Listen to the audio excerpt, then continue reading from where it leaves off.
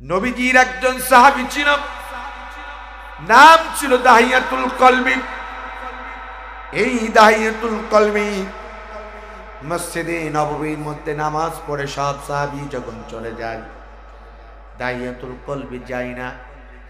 মসজিদে নববীর কোণে বসে বসে চোখের পানি ছেড়ে দিয়ে কাঁদে, দাড়ি মোবারক ভিজে যায়। আল্লাহর নবী কোনো একটা দিন ডাকতে বলে, ও দাহিয়া, তুমি না সবেমাত্র কালেমা পড়ে মুসলমানিত্ব গ্রহণ করেছো? আল্লাহ রাব্বুল আলামিন তো তোমার জীবনের অতীতের সব গুনাহগুলো মাফ করে দিয়েছে, এরপরও কেন তুমি প্রতিদিন ইশার নামাজের পরে সব সাহাবীগুলো চলে যায়, তুমি মসজিদের নববীর কোণে বসে বসে কেন চোখের পানি ছেড়ে দিয়ে কাঁদো? দাহিয়াতুল কলবি ডাক দিয়ে বলে, ইয়া রাসূলুল্লাহ, ইয়া হাবিবাল্লাহ, আমি আমার জীবনে এমন একটা অপরাধ করেছি, এমন একটা ভুল করেছি, হয়তো আল্লাহ পাক রব্বুল আলামিন আমার জীবনের সব গুনাহগুলো মাফ করলে ওই গুনাহটা মাফ করবে না, যার জন্য আমি মসজিদে নববীর কোণায় বসে বসে ইশার নামাজের পরে সব সাহাবীগুলো চলে যাওয়ার পরে চোখের পানি ছেড়ে আল্লাহ কাছে আমি কাঁদি। আল্লাহর নবী আখিরি জামানার পয়গম্বর ডাক দিয়ে বলে, ও দাহিয়া, কি এমন গুনাহ করেছো যে আল্লাহ তোমাকে মাফ করবে না, যার জন্য প্রতিদিন তুমি কাঁদো? আমি নবীজি জানতে চাই। দাহিয়াতুল কলবি ডাক দিয়ে বলে, ইয়া রাসূলুল্লাহ, ইয়া হাবিবাল্লাহ, আমি একজন ব্যবসায়িক ছিলাম, ব্যবসার জন্য দূর দেশে যাওয়ার নিয়ত করেছি। সেই সময় আমার স্ত্রী ছিল সন্তান সম্ভাবনাময়, আমার স্ত্রীর গর্ভে আমার সন্তান ছিল। কিন্তু যদি আইয়াবে জাহেলিয়াতের যুগে একটা প্রচলন ছিল, কারো যদি কন্যা সন্তান হতো তাদেরকে জীবন্ত কবর দেওয়া হতো, কারো যদি কন্যা সন্তান হতো তাদেরকে অপায়া বলা হতো, তাদেরকে নির্বংশহীন বলে গালি দেওয়া হতো। ওগো নবীজি, আমি আর ব্যবসা কাজে যাওয়ার আগে আমার স্ত্রীকে কাছে ডেকে বলেছিলাম, স্ত্রী রে, তোমার গর্ভে যদি পুত্র সন্তান হয় আমার, তুমি তাকে বাঁচিয়ে রাখবে, আর যদি কন্যা সন্তান হয় তুমি তাকে জীবন্ত কবর দেবে। ওগো নবীজি, আমি বহুদিন পরে বাড়িতে আসলাম, আসার পরে এসে দেখি আমার স্ত্রীর গর্ভে কন্যা সন্তান হয়েছে, পুত্র সন্তান হয় নাই। আমার স্ত্রী আমার মেয়েটাকে হত্যা করে নাই, বরঞ্চ তাকে জীবিত রেখেছে। আমার মেয়েটি অনেক বড় হয়ে গিয়েছে, কথা পর্যন্ত বলতে শিখে গেছে। আমি যেই না বাড়িতে আসলাম, তার মা দেখিয়ে দেয়, এটা তোমার বাবা। আমার মেয়েটি দৌড় দেয়, আমাকে বুকের মধ্যে জড়িয়ে ধরে, মাথার মধ্যে হাতটা, কোমল হাতটা বুনিয়ে দেয়, ঠোঁটের মধ্যে চুমা দেয় আর বলে, আপু, এতদিন তুমি আমাকে ফেলে কোথায় ছিলে? ওগো নবীজি, আমার মেয়েটা দেখতে এত সুন্দর হয়েছিল, যার কারণে তার মা নাম রেখেছিল জামিলা। আরবিতে জামিলা শব্দের অর্থ হলো সুন্দরী, রূপসী। নবী গো, আমার মেয়েটা এত সুন্দর হয়েছে, তার চেহারার দিকে তাকালে পূর্ণিমার চাঁদকেও হার মানিয়ে যায়।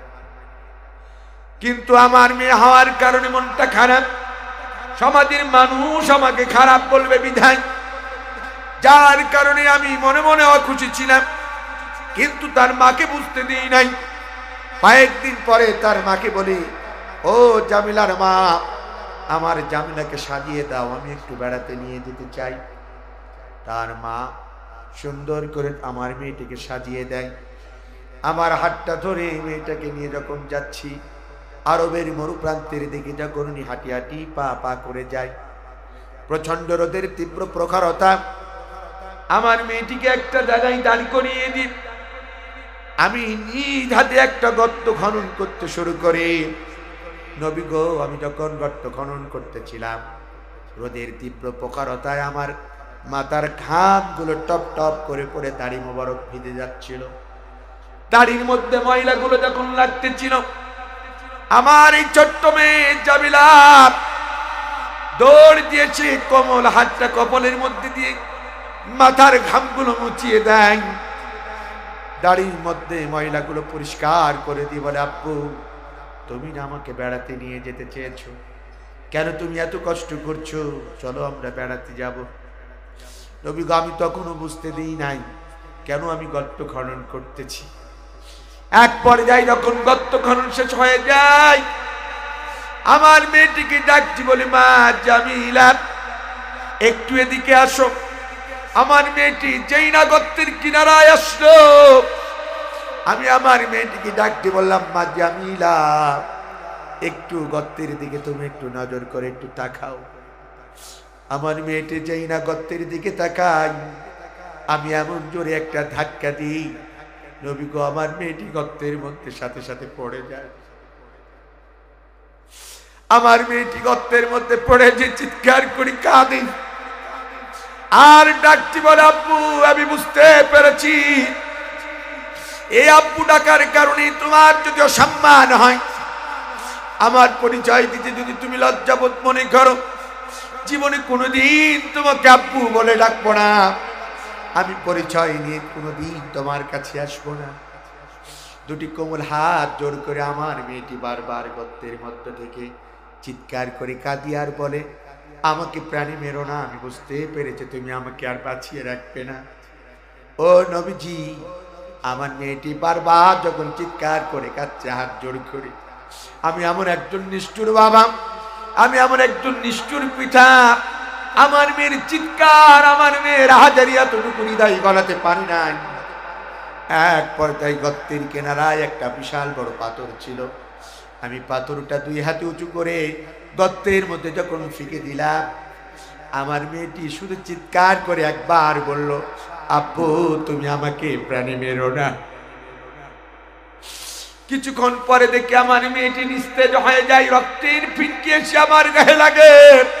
পাথর নিক্ষেপ করার সাথে সাথে আমার মেয়েটির আর কোনো শব্দ আমি শুনতে পাই না। এক পর্যায়ে আমি বাবা হয়ে নিজ হাতে আমার মেয়েটিকে মাটি চাপা দিই। ওগো নবীজি, আজ কালেমা পড়ে আমি মুসলমানিত্ব গ্রহণ করেছি, কিন্তু প্রতিটা রাত যখন আসে আমার ছোট্ট মেয়ে জামিলার কান্নার আওয়াজ আমার কানে ভাসে, আর মনে হয় আমার আল্লাহ আমার জীবনের সব গুনাহ মাফ করলেও হয়তো আমার জামিলা হত্যা করার গুনাহ আল্লাহ মাফ করবে না। এই জন্য আমি প্রতিদিন ইশার নামাজের পরে, সব সাহাবী চলে যাওয়ার পরে আমি যাই না, আমি মসজিদের নববীর কোনায় বসে বসে চোখের পানি ছেড়ে দীক্ষা দিই।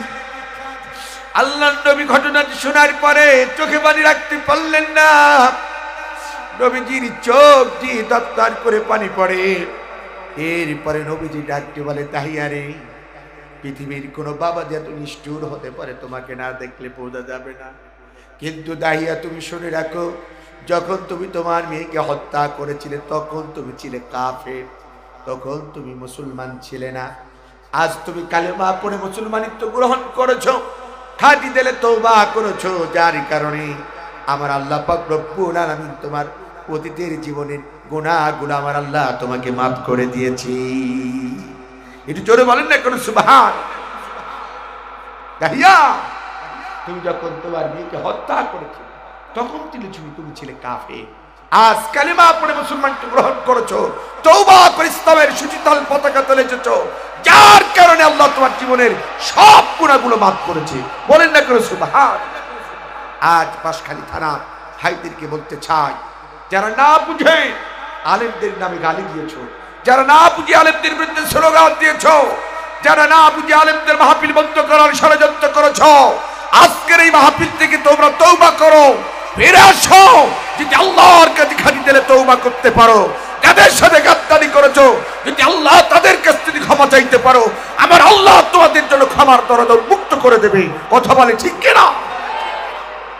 আল্লাহ বলেছে, বান্দা না তাকে তুমি রহ, তোরা হতাশা হোস না, নৈরাশ হোস না, আমি আল্লাহর কাছে যদি খাঁটি দিলে তওবা করিস তোদের জীবনের গুনাহগুলো মাফ করে দেব। আমরা আমাদের গুনাহগুলো মাফ করার জন্য, মাফ চাওয়ার জন্য যে আলেমের সাথে গাদ্দারি করেছি, মিথ্যা মামলা দিয়েছি, যাদেরকে কষ্ট দিয়েছি, যাদেরকে এলাকায় ঢুকতে দিই নাই, যাদেরকে ঘর ছাড়া করেছি, বাড়ি ছাড়া করেছি, ব্যবসা প্রতিষ্ঠান থেকে তাড়িয়ে দিয়েছি, শিক্ষা প্রতিষ্ঠান অপমানিত করেছি, আজকে থেকে তওবা করেন, তাদের কাছে যান, হাত ধরে ক্ষমা চান, ভাই আমি ভুল করেছি, তোমরা আমাকে মাফ করে দাও, আমি আল্লাহর কাছে ক্ষমা চাচ্ছি, আল্লাহ আপনাদেরকে মাফ করে দেবে। কথা বলছি, সুযোগ আছে না? নাই, এখনো সুযোগ। কষ্ট হচ্ছে আপনাদের? রাগ করেছেন? কষ্ট পাচ্ছেন? ভাইরা আমার, আসুন এবার আমি মূল আলোচনার দিকে যেতে চাই। তাহলে আমরা আজকে আলোচনা শুনবো কোরআনের, যে কোরআন আল্লাহ তাআলার কিতাব, এটা শুনবো, শোনার পরিবেশ তৈরি করবো।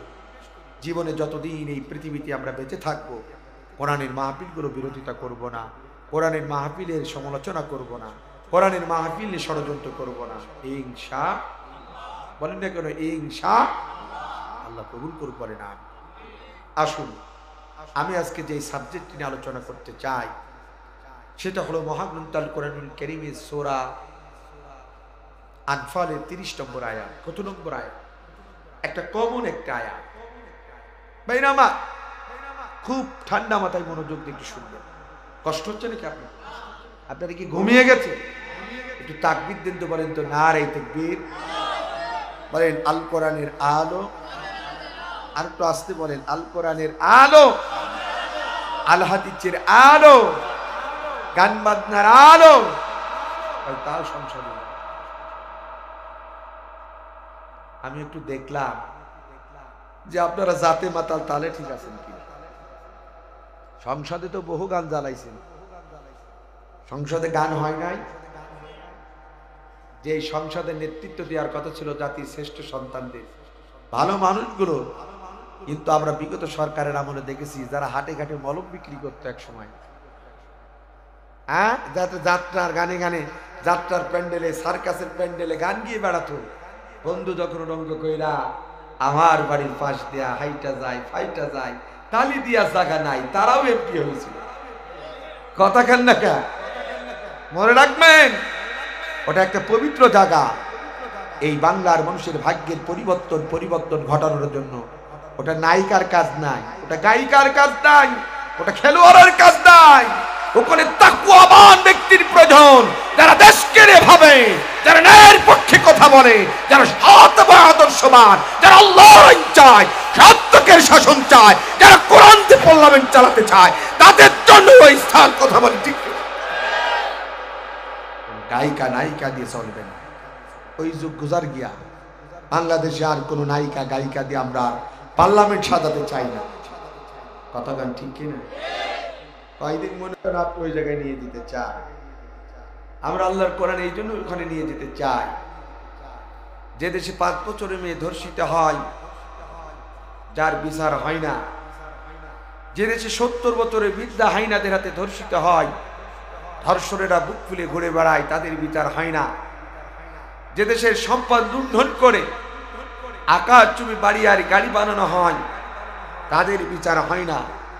যে দেশে প্রকাশ্যে দিবালয় ইসলামের পক্ষে কথা বলতে গিয়ে বুকের মধ্যে বুলেট ছুড়ে মেরে হত্যা করা হয়, সেই হত্যাকারীর বিচার হয় না। যে দেশে ইসলামপন্থী মানুষগুলোকে ফাঁসির কাস্টে ঝোলানো হয়, সেই স্বৈরাচারদের বিচার হয় না। এই জন্য আমরা সিদ্ধান্ত নিয়েছি, যদি আল্লাহর কোরআন বাংলাদেশের পার্লামেন্টে থাকে, পৃথিবীর কোন স্বৈরাচার এই কাজগুলো করে পার পাবে না। কথা বলে ঠিক? এই জন্য আল্লাহর কোরআন পার্লামেন্টে নিয়ে যাওয়া অত্যন্ত জরুরি দরকার। কথা বলেন ঠিক না? বুঝি আপনারা কি রাগ করেছেন? তাহলে এটার পক্ষে না বিপক্ষে? কারা কারা বিপক্ষে? বিপক্ষে এটা হাত তুলে দেখেন আল্লাহকে। কারা কারা বিপক্ষে? মাশাআল্লাহ। ও আমার ভাষা ন বুঝি। কারা কারা পক্ষে? এবার হাত পক্ষে, তাহলে বলে নারে তাকবীর, আল কোরআনের আলো। যারা বলছে না, দেখবেন ওদের চেহারার দিকে তাকান, ওরা আসলে তারা কোন কাতারের লোক দেখলেই বোঝা যাবে। ওরা কি 5ই আগস্টের লোক কিনা দেখেন, নাহলে স্লোগান দেবে না কেন? জোরে বলেন আল কোরআনের আলো, আল হাদিসের আলো, নারে তাকবীর। কষ্ট হয়েছে, মন খারাপ? আমি জানি চট্টগ্রাম বাঁশখালীর মানুষ ইসলাম প্রিয়। বাঁশখালীর মানুষ ইসলাম প্রিয় হওয়ার কারণেই বিগত স্বৈরাচারের আমলেও এখান থেকে উপজেলা চেয়ারম্যান নির্বাচিত হয়েছিল আমার প্রিয় ভাই জহুরুল ইসলাম। কথা বলেন না কেন? হ্যাঁ, 3টাই হয়েছে। বলেন মারহাবা। উপজেলা চেয়ারম্যান, ভাইস চেয়ারম্যান, মহিলা ভাইস চেয়ারম্যান। এটা তো খুশির সংবাদ, ঠিক কিনা? তাহলে যেই জনপদে দুর্দিনেও আমার ভাইরা বিজয় হয়, এখন তো সুদিন, আগামী দিনে আর আমাদেরকে ঠেকাতে পারবে না ইনশাআল্লাহ। জোরে বলেন ইনশাআল্লাহ। বিজয়ের পতাকা যদি উঠতে হয় এই বাঁশখালীর মাটি থেকে উঠবে ইনশাআল্লাহ। আল্লাহ কবুল করুক, বলেন আমিন। আসুন এখন মূল আলোচনার দিকে যেতে চাই। কোরআনের আলোচনা আমার পূর্বের আলোচনা করে আপনাদেরকে ধন্য করেছেন চট্টগ্রামের কৃতি সন্তান, মাটি ও মানুষের সকলের সুপরিচিত মাওলানা আব্দুল করিম মনসুর সাহেব, মাওলানা মোহাম্মদ জমির উদ্দিন, এবং আমি আসার আগ পর্যন্ত বক্তব্য রেখে আপনাদেরকে ধন্য করেছেন আলহাজ মাওলানা মোহাম্মদ মনিরুল আলম সাহেব। আল্লাহ পাক রব্বুল আলামিন সকলের কণ্ঠকে দ্বীনের জন্য কবুল। তিনারা কথা বলেছেন কোরআন থেকে। তাহলে কোরআনের কথা শুনতে ভালো লাগে না খারাপ লাগে? সওয়াব হয় না গুনাহ হয়? তাহলে এটা শোনা ভালো না খারাপ? আর বন্ধ করা আরো ভালো। কি ভালো না? কি আপনারা তো ভালো মানুষ, মাহফিল বন্ধ করেন না? কি আপনারা মাহফিল বন্ধ করালো না? আমি জানি না। এই যে চাম্বল বাজারে মুফতি আমির হামজাকে কারা উঠতে দেয় নাই, আমি কি জানি না? আমি কি ভুলে গেছি? হ্যাঁ, এই বাঁশখালীতে একটা সময় ঢাকা থেকে অনেক বক্তাদেরকে ঢুকতে দেওয়া হতো না। অনেক বড় বড় আলেমদেরকে আপনারা ওয়াজ শোনার জন্য আগ্রহের ভাবে প্রতীকের মতো পথে বসে থাকতেন, কিন্তু তাদেরকে এখানে এলাউ ছিল না, ঢুকতে দেওয়া হতো না। কথা বলেন ঠিক না বেঠিক? সত্য না মিথ্যা? এমনকি চাম্বল বাজারে মুফতি আমির হামজা চলে এসেছে, আমিও ছিলাম মঞ্চে। আমি মনে হয় কয়েক মিনিট কথা বলার পরে তাড়াতাড়ি বলা হলো মাহফিল বন্ধ করে দেওয়া হোক। কথা মনে আছে আপনাদের? আপনারা গিয়েছিলেন? বলেন তো, আমরা কি চোর? আমরা কি ডাকাত? আমরা কি সন্ত্রাস? আমরা কি দেশের নাগরিক নাই? আমরা কি দেশে ভ্যাট দিই না? আমরা কি দেশে ট্যাক্স দিই না? আমরা এদেশের বৈধ কি নাগরিক নয়? যদি চোরেরা রাজনীতি করার সুযোগ পায়, যদি লুচ্চাগুলো রাজনীতি করার সুযোগ পায়, দেশে দেশ বিক্রি করা পার্টি যদি রাজনীতি করার সুযোগ পায়, আমরা জাতির শ্রেষ্ঠ সন্তান কোরআনের কথাগুলো কেন বলতে পারবো না? এ জাতি জানতে চায়। কথা বলেন ঠিক? এমনকি আমাদের মাহফিলগুলোকে টার্গেট করে 144 আইন জারি করে বন্ধ করা হয়। আমাদেরকে বলা হলো তাড়াতাড়ি মুনাজাত করেন, মুনাজাতের সময় দেই না, তাড়াতাড়ি শেষ করেন, নাইলে আপনাকে অ্যারেস্ট করা হবে, আপনাদেরকে নিয়ে কমিটি থেকে ধরে নিয়ে যাওয়া হবে। এই চাম্বল বাজারে মুফতি আমির হামজা অন্য পালের মতন প্রশাসন ঘুরে বেড়াচ্ছে কোথায়? তাকে অ্যারেস্ট করার জন্য। অত্যন্ত চোখের পানি নিয়ে আমি আর মুফতি আমির হামজা মাঠ দিয়ে আমাদের এক ভাইয়ের আমাদেরকে পার করে একেবারে ওই প্রেম বাজার দিয়ে চট্টগ্রাম আমাদেরকে চকরিয়া আমাদেরকে পৌঁছাই দিয়েছে। তারা আজ কোথায়? তারা কোথায়? তারা আজকে পালিয়ে গেছে। একটা জিনিস মনে রাখবেন, আল্লাহ ছাড় দেয় কিন্তু আল্লাহ ছেড়ে দেয় না। আল্লাহ ছাড় দেয়, ছেড়ে দেয় না। কোরআনের পাখির কথা আজ বারবার মনে পড়ে যায়। তিনি চট্টগ্রাম প্যারট ময়দানে বলেছিলেন, বেশি বাড়াবাড়ি করবা না, এমন একটা সময় আসবে আমরা নাড়া দিলে দিল্লি গিয়ে বাবু বাড়ি গিয়ে পড়বা। কথা বলেন ঠিক কিনা? তাদের জায়গা হয়েছে কোথায়? জোরে বলেন কোথায়? এবং তিনি বলতেন বেশি বাড়াবাড়ি করবা না, এমন একটা সময় আসবে ইঁদুরের গর্তের মধ্যেও জায়গা খুঁজে পাবা না পালানো। পৃথিবীতে এমন কোন দেশ নাই যে 300 এমপি চোরের মতো রাতারাতি পালাই যায়। কেন? এত উন্নয়ন করেছো, পালাবা কেন?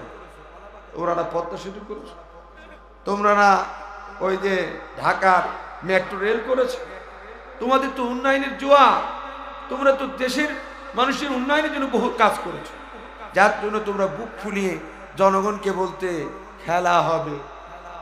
আমরাও বলতাম হবে খেলা, আসো। আমরা তখন খেলতে চাই কিন্তু প্লেয়ার খুঁজে পাইনি। কথা বলেন না কেন? কোথায় তারা? কোথায়? অনেক কষ্ট নিয়ে আমি বললাম, চোখের পানি ফেলেছিল আমির হামজা। আমি চোখের পানি ফেলে আমাদেরকে যখন পুলিশ তাড়া করেছে, খুঁজতেছে বারবার, এখন তখনকার যিনি ওসি ছিলেন তেনার বাড়ি ছিলেন আমাদের চুয়াডাঙ্গা জেলার, সম্ভবত চুয়াডাঙ্গা না ঝিঙেদা জেলা বাড়ি হবে তার। গত বছরের ওসি স্যারের নাম কি? যাই হোক, ইনি আমাকে সরাসরি ফোন করেছে। কিছুটা হলো তার ভিতরে মানবতা ছিল, আলহামদুলিল্লাহ বলে। আমাকে এটা মনের গোপন কথা বলে যায়, আমাকে ফোন দিয়ে বলছে, আমি থানার ওসি মহোদয় বলছি, আপনি কি মাওলানা আব্দুল কাদের জিহাদি? আমি বললাম জি। মুফতি আমির হামজা কোথায়? আমি সহজে পরিচয় দিচ্ছি না, যেহেতু প্রশাসনের লোক কিন্তু বিশ্বাস নেই। আমি বললাম আছে উনি। বলছে আমাকে এতটুকু বিশ্বাস রাখেন, আমি যেহেতু সরকারি কর্মকর্তা, আমাদের একটা নৈতিক দায়িত্ব আছে। আপনি আমাদের এলাকার ভাই, আমির হয়তো আমার এলাকার ভাই, উনি অ্যারেস্ট হোক এটা আমি চাই না। আপনাদেরকে আমি 20 থেকে 30 মিনিট সময় দিলাম, আমাদেরকে যতই এমপি সাহেব চাপাচাপি করুক না কেন, আমি আপনাদেরকে 20 থেকে 30 মিনিট সময় দিলাম, আপনারা একটা সাইড দিয়ে বের হয়ে যান, ওদিক থেকে বের হয়ে যান, আমরা ওদিকে যাব না। আলহামদুলিল্লাহ বলেন। তিনি আমাদেরকে সহযোগিতা করেছেন। আমি বিগত সরকারের আমলে যে ওসি মহোদয়কে চিনেন, তার এই ভালো গুণটার জন্য, তার জন্য আমি দোয়া করি, আল্লাহ তাআলা যেন তাকে হায়াতে তয়্যিবা দান করেন। এতটুকু ভালো কাজ করেছে। নাইলে সেদিন আমাদের টার্গেট ছিল, আপনাদের যিনি এমপি মহোদয় ছিলেন তার একই কথা, এখানকার কি চেয়ারম্যান জানি না, আমাদেরকে ধরিয়ে দেওয়ার জন্য বলেছে সর্বোচ্চ মুফতি আমির হামজা যেন বেরোতে না পারে, তাকে যে কোনো মূল্যে অ্যারেস্ট করতে হবে। সম্মান দেওয়ার মালিককে বলেন। আজ ঠিকই আমরা বাহিরে আছি, তোমরা চোরের মতন আছো। কোথায়? খুঁজে পাওয়া যায় না। আমি কথাগুলো বলতে চাই না, কেননা চোখের পানি ফেলতে হয়েছে আমার। আমাদেরকে এই জেলায় ঢুকতে দেওয়া, এই থানায় ঢুকতে দেওয়া হতো না, এগুলো দেওয়ার দরকার নেই, ঢুকতে দেওয়া হতো না। বলেন তো কোরআন কার কিতাব? এটা কি কোনো দলের দলীয় গ্রন্থ ছিল? সবাই বলেন। এটা কি আওয়ামী লীগের কিতাব? বিএনপি, তবলিগ, চরমনাম, আট্রসি, দেওয়ানবাগি, জাসদ, বাসদ, কমিউনিস্ট, বাংলাদেশ জামাত ইসলাম, কোন দলের নির্দিষ্ট কিতাব? কোরআন কার? এবং এই কোরআন এমন একটি কিতাব, এমন একটি গাইড, এমন একটি গ্রন্থ, যার মধ্যে এক কিঞ্চিত পরিমাণ কোনো ভুল আছে নাকি? মুসলমান ভাইরা আমার, এই কোরআনুল কারীম কেমন কিতাব একটু ধারণা দিব, আলোচনার দিকে যেতে চাই। আমি কিন্তু একটা ইউনিভার্সিটির স্টুডেন্ট ছিলাম। বিশ্ববিদ্যালয়ে যখন পড়াশোনা করেছি, আল্লাহ পাক রব্বুল আলামিন তার এই গোলামটাকে পৃথিবীর অসংখ্য রাইটারদের বই পড়ার সুযোগ আমাকে দিয়েছে। ইউনিভার্সিটির কেন্দ্রীয় লাইব্রেরি থেকে পৃথিবীর যত রাইটারদের বই পড়েছি, আজ পর্যন্ত কোনো রাইটার তাদের বইগুলো 100% সত্য, নির্ভেজাল, ত্রুটিমুক্ত, এমন গ্যারান্টি কিন্তু আজও পর্যন্ত দুনিয়ার মধ্যে কেউ দিতে পারে নাই। বরং এই দুনিয়ার যত রাইটারদের বই পড়েছি, অধিকাংশ রাইটার গুলো তাদের এই বইয়ের শেষের দিকে সুন্দর করে লিখে দেন, ও দুনিয়ার মানুষেরা, আমাদের লেখা বইগুলো পড়তে গিয়ে যদি তোমরা কোনো একটি জায়গায় ভুল দেখতে পাও, পৃথিবীর কেউ যদি তোমরা ধরাই দিতে পারো, তাহলে আমাদের বইগুলো আমরা সংশোধন করে নেব, সংস্কার করে নেব, শুধরে নেব। এমন কথা দুনিয়ার রাইটারদের শেষে লেখা থাকে কি থাকে না? কিন্তু বাঁশখালী থানার ভাইয়েরা আমার, ওই ইউনিভার্সিটির কেন্দ্রীয় লাইব্রেরি থেকে আল্লাহ পাক রব্বুল আলামিন তার এই গোলামটাকে এই দুনিয়ার রাইটারদের বই পড়ার পাশাপাশি আরেকটি কিতাব পড়ার সৌভাগ্য প্রদান করেছে, যার নাম হলো আল কোরআন। আমি এই কোরআনুল কারীমের 1 নয় 2 নয়, শুরু থেকে শেষ পর্যন্ত আয়াতে কালিমাগুলো তেলাওয়াত করেছি, অর্থগুলো ধারণ করার চেষ্টা করেছি। কিন্তু আমার আল্লাহ রাব্বুল আলামিন এই দুনিয়ার রাইটার, কবি, সাহিত্যিক, বিজ্ঞানীদের মতন তার এই কোরআনুল কারীমের কোনো একটি জায়গায় বলে নাই, বান্দা আমার এই কোরআন তেলাওয়াত করতে গিয়ে যদি তোমরা কোনো একটি জায়গায় ভুল দেখতে পাও, পৃথিবীর কেউ যদি তোমরা ধরাইয়ে দিতে পারো, আমি আল্লাহ আমার কোরআনটাকে আমি সংশোধন করে নেব, সংস্কার করে নেব, শুধরে নেব। এমন কথা কিন্তু আজ পর্যন্ত আমার আল্লাহ কোরআনে কোনো জায়গায় বলে না, বলেছে? বরং আমার আল্লাহ জানে মানুষ বড় চালাক। যার কারণে এই কুরআনুল কারীম নাজিল করার শুরু লগ্নে আজ থেকে 1450 বছর আগে গোটা পৃথিবীর বিজ্ঞানী, কবি, সাহিত্যিক, রাজনীতিবিদদের জন্য তিনি ওপেন চ্যালেঞ্জ করে বললেন, যালিকাল কিতাব লা রাইবা ফি। এ কোরআন হচ্ছে সেই কিতাব, এ কোরআন হচ্ছে সেই গ্রন্থ যার শুরু থেকে শেষ পর্যন্ত কোনো একটি জায়গায় 1 ইঞ্চি পরিমাণ ভুল কিয়ামত পর্যন্ত কোনো মানুষ চেষ্টা করে দেখাতে পারবে না। সেই কিতাবের নাম কি? একটু জোরে বলেন। সেই কোরআনের আলোচনা শোনা তাহলে ভালো না খারাপ? আর বন্ধ করা আরো ভালো, ঠিক কি না? হ্যাঁ, কি আপনারা কি বন্ধ করবেন? আর যারা বন্ধ করে এদের সাথে কি আর বন্ধুত্ব তৈরি করবেন? অত্যন্ত কষ্ট লাগে। বলেন, আমরা বাস করি কোন রাষ্ট্রে? কত পার্সেন্ট মুসলমান? 90, 92, কেউ বলে 95। আমরা ধরে নিলাম 90% মুসলমান। বলেন, যে দেশে 90% মুসলমান, যে দেশে মসজিদে মুয়াজ্জিন আযান দেওয়ার মধ্য দিয়ে আমাদের সকালে ঘুম ভাঙে, যে দেশে মসজিদে মুয়াজ্জিন আযানি ধ্বনির মধ্য দিয়ে এই জাতি সারা নামাজ পড়ে রাতের বেলায় ঘুমাতে যায়, যে দেশের চরণ ভূমিতে শুয়ে আছে শাহজালাল, যে দেশের চরণ ভূমিতে শুয়ে আছে খান জাহান, যে দেশের চরণ ভূমিতে শুয়ে আছে হাজী শরীয়তুল্লাহ, যে দেশে 3.5 লক্ষ মসজিদ রয়েছে, হাজার হাজার মাদ্রাসা রয়েছে, হাজার হাজার উলামা হযরত রয়েছে, সে দেশে আল্লাহর কোরআনের মাহফিল বন্ধ হবে, 144 আইন জারি করবে, জাতির শ্রেষ্ঠ সন্তানদেরকে কথা বলতে দেবে না। এই জাতি সেটা মেনে নিতে পারে না। কথা বলে ঠিক কি? আজকের এই মাহফিলটা যদি 5ই আগস্টের আগে হতো, সহজে কি করা সম্ভব হতো? কথা বলেন না কেন? হতো? এই মাহফিল দেওয়ার আগে কত আতি নেতা পাতি নেতার বাড়িতে ধর্ণা ধরতে ধরতে এক পর্দায় দেখা যায় স্যান্ডেলের বিক্ষয় হয়ে, তবু অনুমতি মিলত না। ঠিক না বেটি? আবার অনুমতি মিললেও কৌশল করে বলে আমাদের তো কোনো সমস্যা নাই, ওসি স্যারের কাছে যাও। ওসি স্যারের কাছে গিয়েছে, ওসি স্যার বলছে আমারও সমস্যা নাই, তোমরা